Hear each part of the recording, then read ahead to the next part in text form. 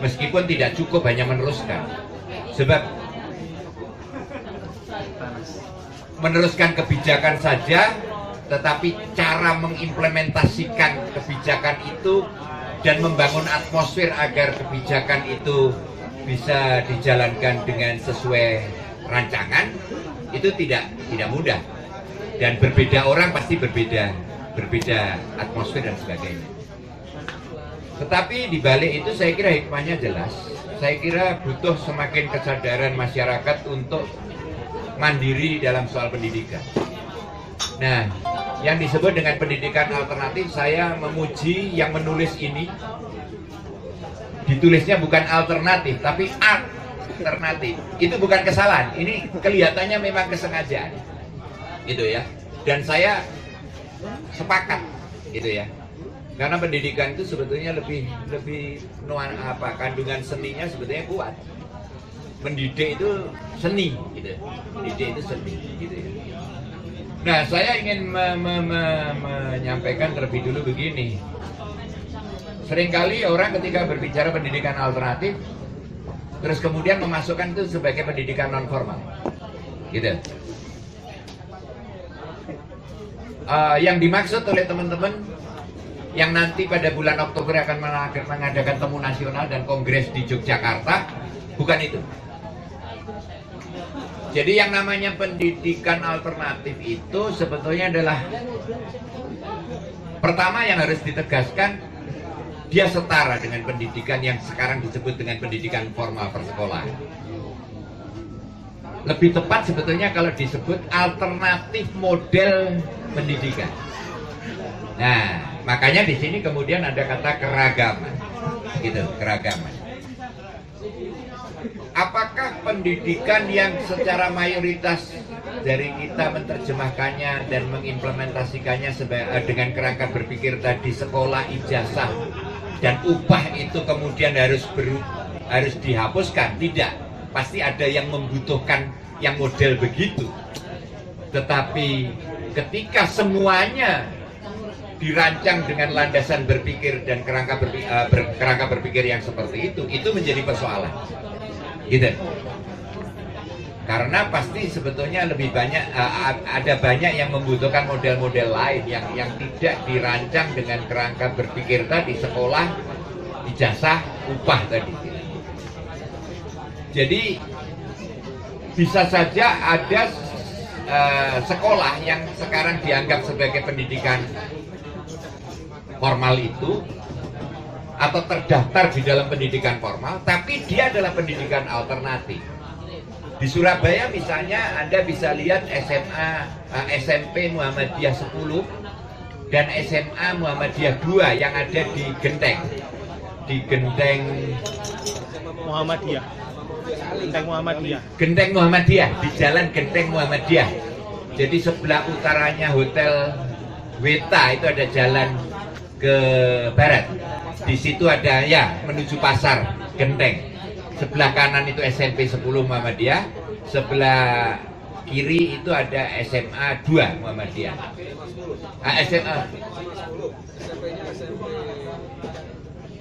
SMA-nya 10, pokoknya di jalan itu hanya ada 2 sekolah itulah, SMP Muhammadiyah dengan SMA Muhammadiyah lah, kira-kira begitu. Itu sangat masuk akal dan sangat berdasar kalau masuk di dalam, kita masukkan di dalam kategori pendidikan alternatif, gitu. Misalnya lagi ada Muhammadiyah juga ini kebetulan. Apa itu? IC School itu ya? IC School itu, yang SD-nya apa itu? SD kreatif, gitu ya. Karena tidak melulu hanya menjalankan yang dilakukan oleh kebanyakan sekolah. Mereka punya terobosan-terobosan, gitu ya. Punya inovasi-inovasi, selalu mengembangkan pikiran out of the box, gitu. Dan di abad 21 ini dengan teknologi informasi dan komunikasi yang sedemikian luar biasa pesat perkembangannya, dengan perubahan yang semakin cepat, maka dibutuhkan itu kegairahan untuk selalu bereksperimen, Sebab kalau tidak, ketinggalan. Nah, kebanyakan sekolah yang konvensional itu sebetulnya cocok untuk pertengahan abad 20. Tapi sampai sekarang ya masih dipakai terus itu ya. Padahal ini sudah abad 21 dengan kemajuan luar biasa. Nah, di sini ada Prof. Daniel Roset yang beliau ini malah punya konsep kira-kira kalau diterjemahkan dalam bahasa Indonesia itu dunia tanpa sekolah lah kira-kira. Meskipun beliau guru besar di ITS gitu ya. Terus kemudian sebelahnya ini Mbak Juli ini dari Yayasan Arek Lintang. Itu. Sejak tahun berapa ya Mbak ya? 98. Itu. Saya dulu pernah ninjau, termasuk kegiatannya antara lain pernah nyewa stand di Royal situ untuk menjual produk-produk dari binaannya, gitu kan? Kebanyakan anak jalanan dan anak ya pokoknya yang termarginalkan lah gitu. Terus kemudian juga punya tempat di Mojokerto. Di situ ada peternakannya kelinci dan sebagainya ya, yang untuk latihan anak-anak punya kecakapan, melatih kecakapan hidup gitu kira-kira. Sebelah saya ini salah satu yang mandegani pertemuan nasional dan kongres yang nanti bulan Oktober dilakukan di Jogja. Beliau adalah Pak Susilo Hadinegoro, biasa dipanggil Pak Desus. Beliau ini dari Sanggar Anak Akar Jakarta, gitu.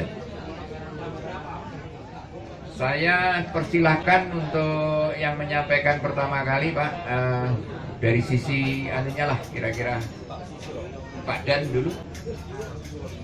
Oh Pak Susilo dulu. Monggo. Rundingan deh, gitu ya. Mana enaknya Pak Sus dulu? Oke, monggo Pak Sus. Pak Sus, karena panjenengan Sanggar Anak Akar sejak tahun 94 ya, maka pasti Anda butuh waktu yang agak banyak ini, karena juga termasuk menjelaskan nanti pertemuan nasional gitu ya. Maka bisa dipakai kira-kira ya 8 jam lah Pak gitu. Monggo. Terima kasih. Assalamualaikum warahmatullahi wabarakatuh. Salam sejahtera, salam bahagia untuk kita semua.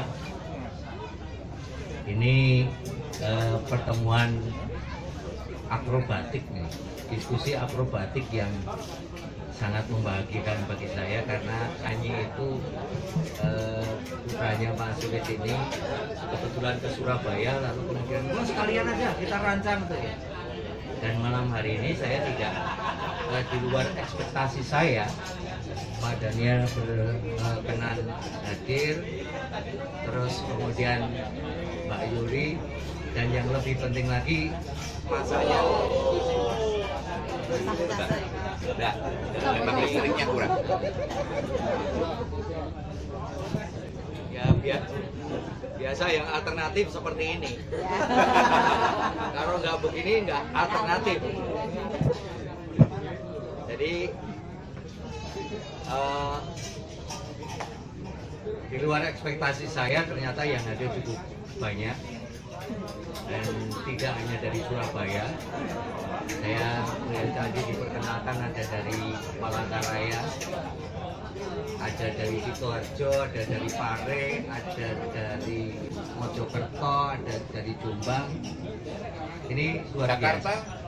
Jakarta Yang ada sedang ngambil ya, ngambil pendidikan ya di Jakarta ya, UI ya. UI, Siapa deh? ya dari UI. Nah, ini di luar ekspektasi saya. Jadi tujuannya yang pertama sebenarnya tak berkehendak untuk mengkampanyekan atau memamerkan Sanggar Anak Akar. Tujuan pertamanya adalah mensosialisasikan gagasan Pertemuan Nasional Pendidikan Alternatif. Itu yang pertama. Nah, yang Sanggar Akar sebenarnya itu yang kedua saja. Karena kalau bicara tentang dirinya sendiri ya ngapain jauh-jauh hanya memperkenalkan dirinya sendiri. Jadi diawali pada tanggal 17 Mei, awal Mei sebenarnya. Awal Mei tahun ini gagasan dari Kemendikbud itu menjadikan bulan Mei itu menjadi bulan pendidikan dan budaya. Lalu ada seorang relawan yang gelisah, kok konsepnya seperti ini sih, mau ngomong soal kemerdekaan anak, tapi kok yang ingin tampil juga orang tua mau ngomong ini. Kegelisahan itu dicurhatkan kepada saya. Ya udah, kita bikin aja. Karena saya kebetulan sedang menggagas konferensi pendidikan alternatif di Indonesia. Kenapa? Karena berangkat juga dari kegelisahan saya. Semakin lama saya rasakan kawan-kawan kemudian kekurangan daya kritisnya. 2009-2005 setelah reformasi saya jalan ke seluruh Indonesia, kemudian kembali lagi 2009 saya keliling. Kawan-kawan yang dulu, termasuk saya tidak sempat ke Surabaya, termasuk Alit ini, 99 itu kami memprakarsai untuk Kongres Anak Nusantara. Kongres Anak Nusantara itu salah satu sebenarnya adalah cara kami bagaimana memberikan menyampaikan kepada orang tua, orang dewasa tentang memperjuangkan tentang hak anak. Hak anak yang kami perjuangkan itu lebih fokus pada hak tumbuh berkembang dan hak partisipasi. Nah, hak tumbuh berkembang itu selain kemudian nutrisi dan lain sebagainya, itu adalah pendidikan. Hak partisipasi itu ya hak untuk kemudian anak-anak itu dilibatkan dalam proses pengambilan keputusan maupun dalam proses perencanaan program. Nah, saya keliling itu, ini kok pasca reformasi kemudian kawan-kawan ini tidak mengembangkan pendidikan populer. Pendidikan populer itu ya pendidikan kritis dan gitu, yang sebenarnya itu menjadi cara kita untuk kemudian bagaimana kemudian berkontribusi terhadap bangsa ini. Bahkan sudah tidak ada lagi yang melihat, wah gak ada musuhnya. Gila kan? Jadi dipikir musuh kita itu hanya rejim. Ketika rejim tumbang, selesai. Padahal kebodohan sejati itu masih melekat. Dan orang dewasa punya dosa sosial karena terlibat menciptakan itu. Lalu kemudian bulan April kalau nggak salah, bulan tahun lalu kami diajak kawan-kawan diskusi di Jogja bagaimana tahun ini kemudian menggulirkan itu. Tapi nampaknya juga susah karena ketika kami diskusi di Hotel Santika bulan April yang lalu, mengangkatnya kembali agak susah. Karena kawan-kawan di lembaga itu kemudian sudah jadi pekerja LSM. Kayak gitu. Wah, ya udahlah. Kemudian ketika kemudian ada peluang di bulan Mei tahun ini, bulan pendidikan itu, saya melontarkan gagasan. Bagaimana kita kemudian mencoba untuk membuat dialog nasional pendidikan alternatif. Wah, ini siapa yang ini? Saya bilang, saya nggak mau berputar dengan yang lama, yang didasari hanya aktivisme, hanya pendekatan proyek. Saya ingin mengajak ini secara terbuka, siapapun. Dan ternyata yang hadir itu beragam. Ada yang homeschooling, ada yang kemudian ada sekolah cikal, ada sekolah kembang, ada. Jadi yang kemudian bukan hanya dari kalangan grassroots. Karena selama ini orang memahami pendidikan alternatif itu pendidikan untuk orang miskin. Kan gitu. Wah, ini keliru. Hanya orang miskin saja untuk itu. Enggak. Karena banyak kawan-kawan yang melakukan terserahlah. Karena kalau mereka yang kemudian berbayar dan ini terserah. Bagi kami yang penting kemudian adalah pendidikan ini salah satu kekasannya adalah model ini memerdekakan anak. Lalu kemudian juga melibatkan anak dalam proses pengambilan keputusan. Apakah kemudian sekolah-sekolah itu akan seperti yang datang itu seperti itu? Ya belum tentu juga. Nggak apa-apa. Sekarang ini ada ruang di mana kita berproses bersama untuk mencari pemahaman yang sama. Nggak apa-apa. Bergulirlah, diadakanlah tanggal dialog nasional itu dulu. Awalnya, wah 50 aja lah pesertanya. Ternyata yang hadir itu 139 dari 27 institusi, lembaga. Ada yang individu, ada yang kemudian memang lembaga pendidikan, ada yang dari akademisi, dan dari sharing yang disampaikan oleh kawan-kawan ini ternyata luar biasa, ini sangat beragam. Dan menurut saya ini adalah kekayaan kita. Ini adalah kekayaan kita. Upaya-upaya yang dilakukan oleh kawan-kawan itu berkontribusi untuk mencerdaskan kehidupan bangsa. Ini menurut saya luar biasa. Dan saya katakan bahwa ya pendidikan itu mahal. Saya malah meragukan itu kualitas orang yang kemudian pendidikannya itu murah itu. Saya malah meragukan. Hanya persoalannya bagaimana caranya supaya ini bisa diakses oleh orang yang tidak mampu. Maka bagaimana kemudian kita menggulirkan kerelawanan itu? Spirit volunteerism. Bagaimana ilmu pengetahuan itu tidak menjadi milik individu yang kemudian orang sudah belajar sampai S teler kayak gitu hanya dimiliki dirinya sendiri. Nah, semangat berbagi itulah yang kemudian kita lihat.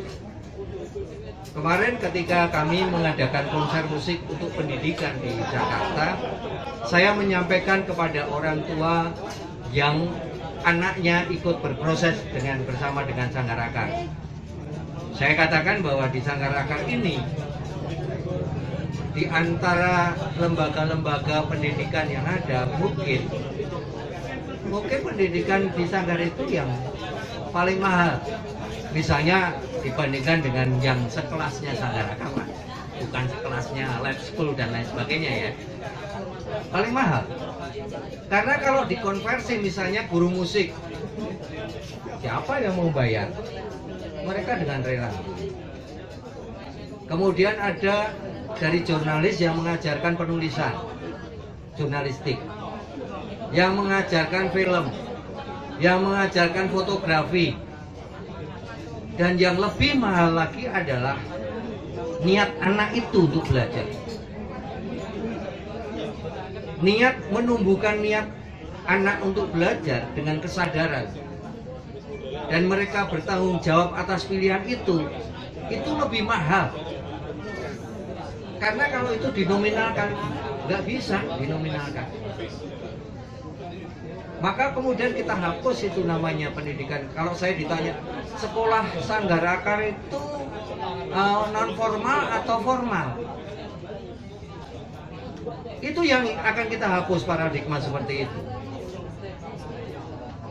Karena menurut saya yang namanya pendidikan itu dimanapun itu ya formal, karena menyangkut disiplin, menyangkut tanggung jawab. Yang itu yang harus kita perkenalkan kepada anak-anak. Jadi nggak ada formal non formal. Itu kan tinggalan zaman penjajah. Dulu ada sekolah Ongkoloro dulu kan gitu kan. Jadi ada kelas yang sekolah yang apa namanya, zaman dulu sampai sekarang kan masih. Yang sekarang ini kemudian diberi label sekolah favorit, sekolah internasional. Nah kalau zaman dulu, sekolah yang mungkin sekarang ini digerakkan oleh kawan-kawan itu dianggap partikuler, sekolah omoloro kan gitu. Maka bagi saya kemudian menumbuhkan kesadaran alternatif model pendidikan, persis seperti yang dikatakan Pak Sulis tadi. Kami menyampaikan kepada publik itu adalah menawarkan model pendidikan, alternatif model pendidikan. Kami tidak merasa satu-satunya yang terbaik. Tapi kami harus juga menawarkan, sengaja dong, menawarkan pilihan kepada masyarakat. Untuk itu, kami juga harus mempertanggungjawabkan. Bagaimana bentuk pertanggungjawabannya? Kalau ke publik, kami setiap tahun gelar acara namanya Akarnaval, itu ada pameran dari karya, presentasi kepada publik. Tapi secara kemudian anak-anak sendiri, kami nggak ada mengeluarkan raport. Sanggar Akar itu nggak mengeluarkan raport. Sanggar Anak Akar itu mengeluarkan portofolio.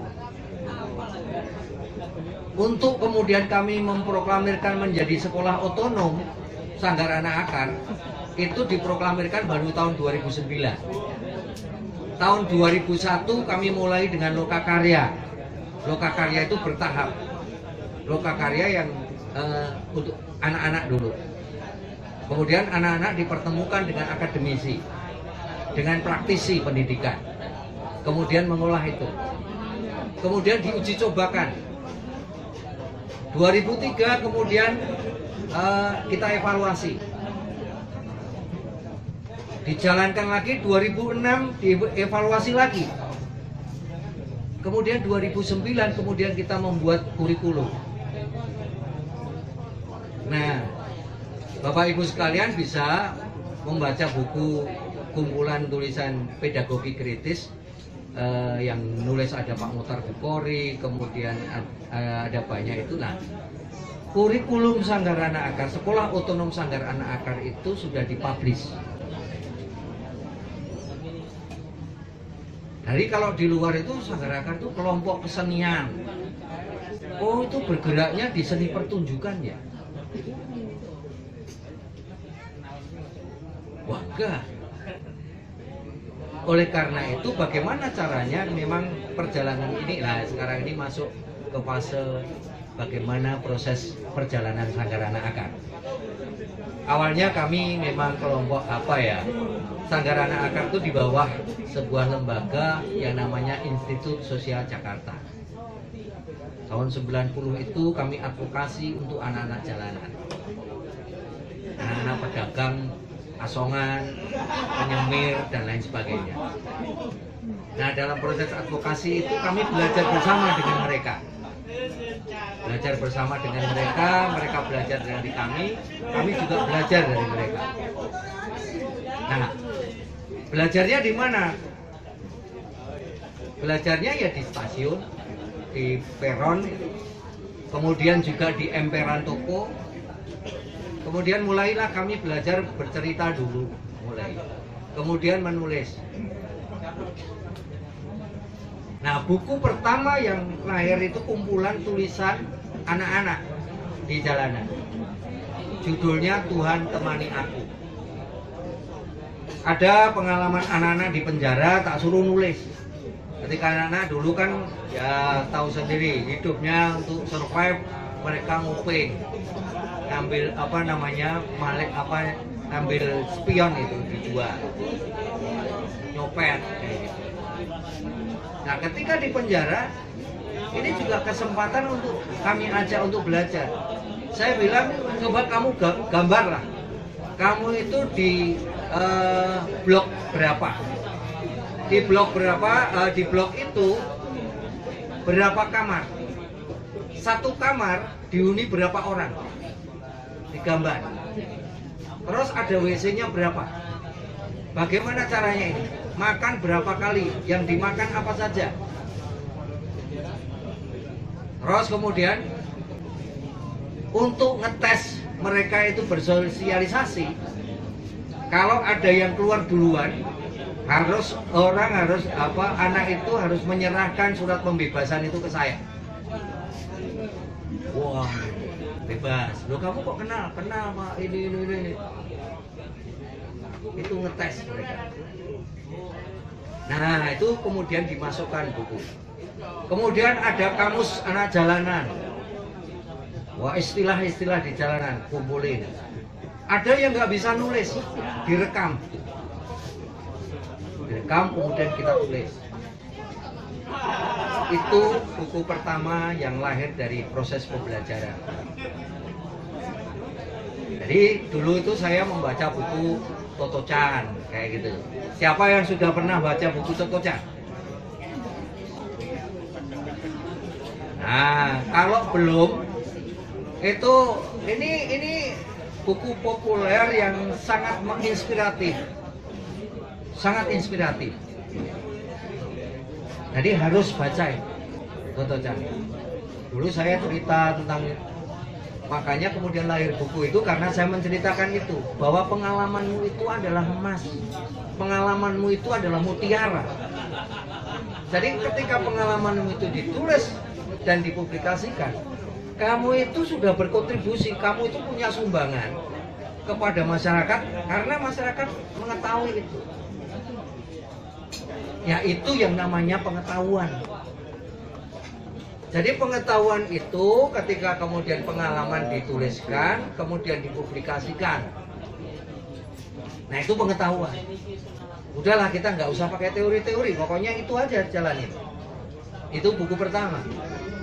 Buku kedua lahir tahun 2002. Itu ketika anak-anak menjadi relawan banjir besar di Jakarta. Anak-anak saya aja belajar untuk mendata korbannya berapa, apa saja kerugiannya apa saja, untuk bisa tepat memberikan bantuan. Lalu buku itu diberi judul Tim Relawan Darurat, TRD. Jadi itu refleksi anak-anak ketika mereka terjun membantu sesamanya. Dan itu kami pakai sebagai salah satu cara bagaimana mengolah rasa perasaan, bagaimana mengolah mereka untuk berbagi pada yang lain. Ya, anak-anak jalanan, anak-anak pinggiran kayak gitulah. Dan kami waktu itu ya memang masih pakai anak jalanan. Tapi setelah itu, jadi sejak tahun 2000 itu kami menghilangkan namanya anak jalanan, anak pinggiran, tak hilangkan. Karena kami sudah bisa mengajak anak-anak itu berinteraksi dengan anak-anak yang lain. Tahun 2003 kami bikin program Karya Kita, Sahabat Kita. Anak-anak Sanggar mengajar di sekolah-sekolah. 6 sekolah SD, 6 sekolah SMP. Selama 3 bulan. Waduh, yang pakai giwang, tatoan, segala macam. Ini yang kami lakukan. Kenapa? Kami ingin kemudian tidak memberikan stigma. Nah, kalau sekarang ini ada kemudian kita masih tetap pakai anak jalanan, anak pinggiran, ya sama saja. Kita memberikan stigma kepada mereka. Anak ya anak. Dan proses itu ya membuahkan hasil, karena kemudian sampai sekarang anak-anak bisa dengan leluasa berinteraksi dengan anak-anak yang lain. Nah, model yang dikembangkan Sanggar Akar itu ada sekolah yang boarding school, bahasa kerennya begitulah. Anak-anak itu tinggal di Sanggar.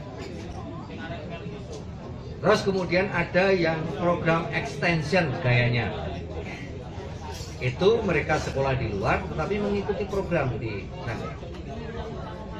Ada pelajaran yang akademik itu ada bahasa Indonesia, matematika, ilmu sosial, kemudian sains untuk ini, kemudian ada bahasa Inggris kayak gitu. Lalu kemudian kelas kreatif, kemudian kelas eksploratif. Jadi kelas yang akademik ini mereka presentasinya dasari dari kelas kreatif ini. Jadi presentasinya kalau matematika itu matematika kan tidak kemudian menghafal rumus-rumus. Bagaimana mereka mempresentasikan pemahaman matematis dalam bentuk rupa. Jadi ada yang bikin paket kayak gitu, bicara soal perspektif dan lain sebagainya. Ada yang pakai pendekatan seni rupa. Kawan-kawan dari Serup, dari anak kawan-kawan UNJ itu mengajarkan matematika rupa misalnya. Ada yang kemudian presentasi mereka di ilmu sosial itu dari hasil risetnya kemudian menjadi naskah seni pertunjukan yang kemudian mereka dimainkan.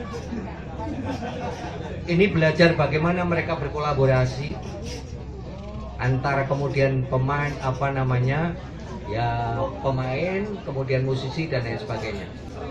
Ada yang mengambil proyek film, mereka riset lalu kemudian mengambil dengan outputnya itu adalah film dokumentasi, film dokumenter kayak gitu. Ada yang satu filmnya itu kemudian sudah sampai ke luar negeri, tapi itu nggak penting, mau sampai kemana itu nggak penting. Ada yang kemudian anak-anak itu sekarang kemudian dapat beasiswa dan lain sebagainya. Ukuran kesuksesan anak-anak itu kalau setiap kali pertunjukan atau habis ada acara apa disalami sukses ya, pertanyaannya anak-anak, sukses itu apa? Karena kesuksesan dikatakan sukses itu hanya kemudian membuat anak-anak itu menjadi takabur. Mereka katakan bahwa enggak, biasa saja, ini kan hanya baru proses kami belajar untuk ini. Karena setiap tahun itu ada sesuatu yang baru. Nah kalau itu setiap tahun sukses terus, ukurannya buat mereka itu bukan itu. Ukuran mereka itu adalah ukuran anak-anak itu, saya di setiap kali acara itu ada nilai-nilai yang mereka ambil, ada pengetahuan baru yang mereka ambil, karena mereka akan kemudian mendapatkan satu pembelajaran baru dari orang yang terlibat itu. Maka ukuran kami bagaimana sebanyak mungkin melibatkan kalau orang baru. Kalau hanya orang-orang lama ya kita tidak akan mendapatkan apa-apa. Nah, pertanyaannya selalu, lalu bagaimana ini jasanya? Ya saya tawarkan aja kepada anak-anak itu. Kalau mereka pengen meneruskan misalnya kuliah kayak gitu, pertanyaan saya, seberapa jauh mereka sudah mempersiapkan untuk kuliah itu? Biayanya bagaimana? Nah itu ikut aja ujian paket C. Terus yang kedua, pokoknya ditantang untuk bagaimana caranya mereka bisa merebut beasiswa.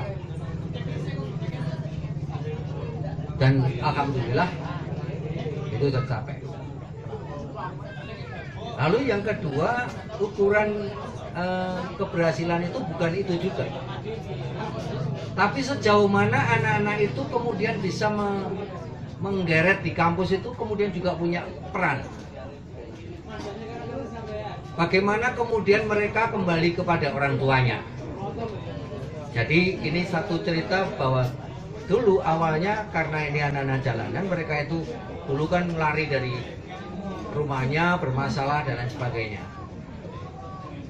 Maka yang harus treatmentnya adalah bagaimana menyadarkan mereka bahwa sejelek apapun itu adalah orang tuanya. Maka dia harus berdamai dengan dirinya. Lalu yang kedua adalah berdamai dengan orang tuanya. Maka ketika 2004 itu tiba-tiba kemudian anak-anak itu mau pamitan, mau pulang, kami kaget. Jadi kok ini sudah pada mempersiapkan, ada yang beli TV di rosokan di TV bekas di jembatan hitam, ada yang sudah mengumpulkan sesuatu. Ini kok ngapain? Lebaran pokoknya tahun ini kami mau pulang. Mau pulang. Kami semua bertanya, pulang kemana? Apa mereka masih ingat tempatnya? Maka kami memutuskan untuk setiap anak yang mau balik itu harus didampingi kawannya satu. Alhamdulillah ketemu sama orang tuanya, yang mengharukan sekali saya.